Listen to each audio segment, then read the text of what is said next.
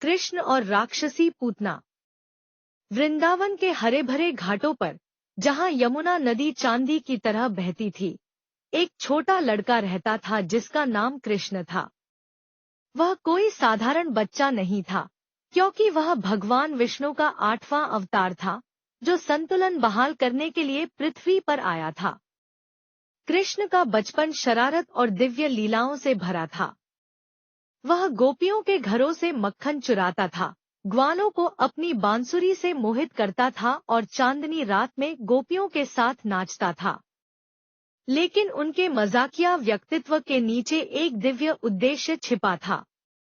एक दिन, दुष्ट राजा कंस द्वारा भेजी गई एक भयानक राक्षसी पूतना वृंदावन में घुस गई। एक सुंदर महिला के रूप में प्रच्छन्न होकर उसने अपने स्तन में घातक विष भर लिया था।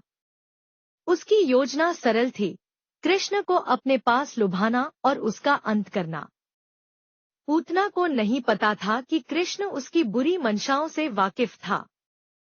जैसे ही वह पास आई, उसने मासूमियत का नाटक किया। जब उसने उसे अपना स्तन दिया, तो कृष्ण ने भूख से उसे पकड़ लिया।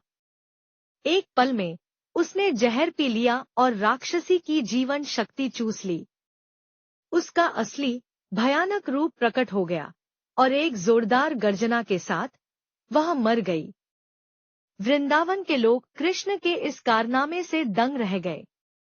उन्हें एहसास हुआ कि उनका प्यारा बच्चा कोई साधारण मनुष्य नहीं है। उस दिन से उनका कृष्ण पर विश्वास गहरा गया और उन्होंने उन्हें अपने गांव के दिव्य रक्षक के रूप में पहचाना। यह कृष्ण के अनगिनत दिव्य हस्तक्षेपों में से एक था। उनका जीवन साहस, करुणा और ज्ञान से बुना हुआ एक दस्तकार था। वह एक बुद्धिमान सलाहकार, एक निडर योद्धा और कई लोगों के प्यारे मित्र बन गए। और यद्यपि उनका सांसारिक जीवन समाप्त हो गया, लेकिन उनकी आत्मा जीवित है, उनकी शिक्षाओं और दिव्य प्रेम से पीढ़ियों को प्रेरित करती है।